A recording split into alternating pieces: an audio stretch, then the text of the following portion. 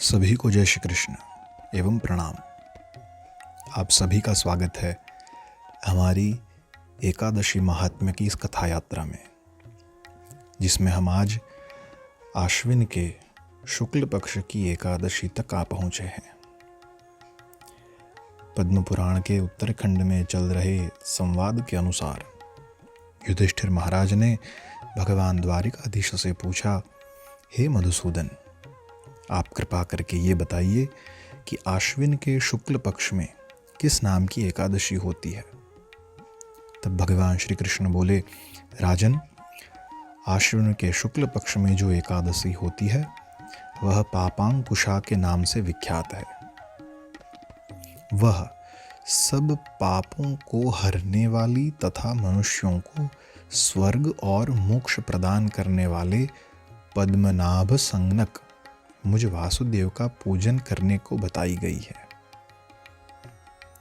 चितेंद्रिय मुनि चिरकाल तक कठोर तपस्या करके जिस फल को प्राप्त करते हैं वह उस दिन भगवान गरुड़ ध्वज को प्रणाम करने से ही मिल जाता है। अर्थात एकादशी के दिन प्रभु को प्रणाम करना भी अति उत्तम बताया गया है। पृथ्वी पर जितने तीर्थ और पवित्र देवालय हैं उन सब के सेवन का फल भगवान विष्णु के नाम कीर्तन मात्र से मनुष्य प्राप्त कर लेता है। और हम ये अवश्य याद रखें, नाम कीर्तन का फल अति उत्तम है और उसमें भी विशेष एकादशी के दिन लिया जाए तो क्या कहना। जो शार्ंग धनुष धारण करने वाले सर्वव्यापक भगवान जनार्दन की शरण में जाते हैं उन्हें कभी यमलोक की यातना नहीं भुगतनी पड़ती। यदि कोई अन्य कार्य से भी मनुष्य एकमात्र एकादशी को उपवास कर ले तो भी उसे कभी यम यातना नहीं होती। अब यहां हम ये भी याद रखें, जो पुरुष विष्णु भक्त होकर भगवान शिव की निंदा करता है वह भगवान विष्णु के लोक में कभी स्थान नहीं पाता, उसे नरक में ही जाना पड़ता है। ठीक इसी प्रकार यदि कोई शैव पाशुपत अर्थात शिवजी को मानने वाला हो, वह भगवान विष्णु की निंदा करता है तो वह घोर रौरव नरक में यातना के लिए डाला जाता है। यह एकादशी स्वर्ग और मोक्ष प्रदान करने वाली, शरीर को निरोग बनाने वाली तथा सुंदर स्त्री, धन एवं मित्र देने वाली है। सुनिए राजन, एकादशी को दिन में उपवास और रात्रि में जागरण करने से अनायास ही विष्णु धाम की प्राप्ति हो जाती है। हे धर्मराज, वह पुरुष मातृपक्ष की 10 पीढ़ी, पिता के पक्ष की 10 पीढ़ी तथा स्त्री के पक्ष की भी 10 पीढ़ियों का उद्धार कर देता है जो एकादशी का व्रत करता है। एकादशी व्रत करने वाले मनुष्य दिव्य रूपधर, चतुर्भुज, गरुड़ की ध्वजा से युक्त, हार से सुशोभित और पीतांबरधारी होकर भगवान विष्णु के धाम को जाते हैं।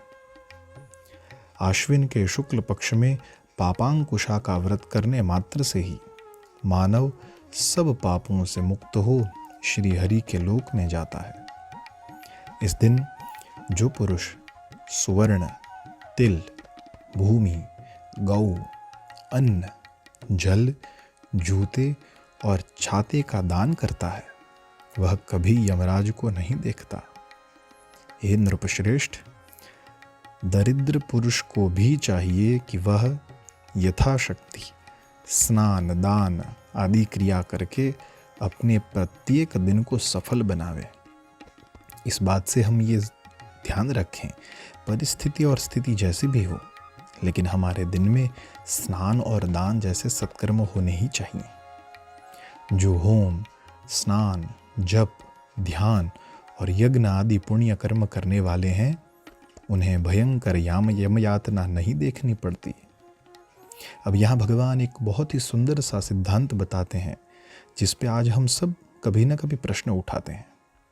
भगवान कहते हैं, लोक में जो मानव दीर्घायु, धनाढ्य, कुलीन और निरोग देखे जाते हैं वे पहले के पुण्यात्मा हैं। पुण्यकर्ता पुरुष ऐसे ही देखे जाते हैं। अर्थात आज जिसकी भी स्थिति हमें दिव्य लगने लगती है, वह पुरुष अवश्य ही पुण्यात्मा रहा होगा। इस विषय में अधिक कहने से क्या लाभ। मनुष्य पाप से दुर्गति में पड़ते हैं और धर्म से स्वर्ग में जाते हैं। हे राजन, आपने मुझसे आश्विन शुक्ल पक्ष के पापांकुशा के विषय में पूछा, जो मैंने आपको बताया। हम भी इस पापांकुशा एकादशी का नियम पूर्वक व्रत करके प्रभु की प्रसन्नता को प्राप्त करें। आप सभी को जय श्री कृष्ण, सभी को प्रणाम।